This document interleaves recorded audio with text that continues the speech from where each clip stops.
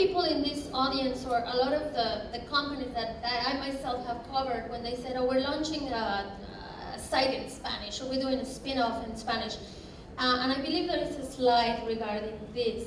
Is this just a pure translation? Like if Gizmodo does a review of the new tablet or the new Samsung phone, you would just grab a reporter that speaks Spanish and put it into Spanish, or how does it work? Or is it different content? And I believe there is a slide. Yeah, you want to walk us through a little bit? First of all, I have a confession to make, and this is probably not going to be a surprise to anybody in this audience. But the truth of the matter is that most American media companies, when they launch a site in another language, it's an afterthought. They don't devote much time to it. There's very little management attention to it. The quality is often substandard.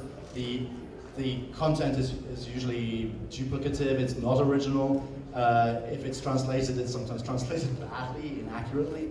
The harsh truth is that, not because they're evil, but because they're busy, that most people don't care. Most big American media companies don't care enough to put out a product of the same quality for other markets as they do for their home market.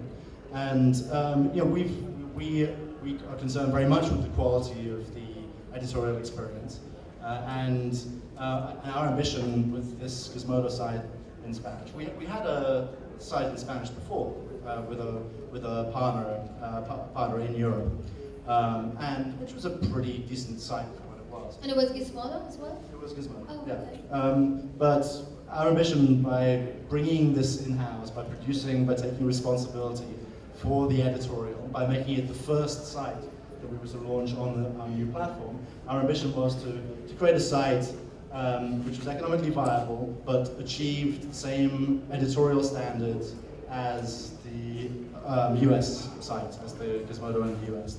At the time for double standards, it's really pretty much gone.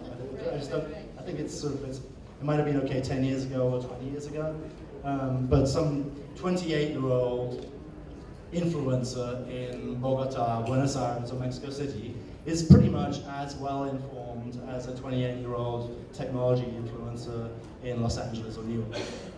It didn't necessarily always be the case, but since the internet has created a generation of smart, influential technology influencers around the world, and there is no real distinction between them. And so we wanted to actually address that new generation in Latin America.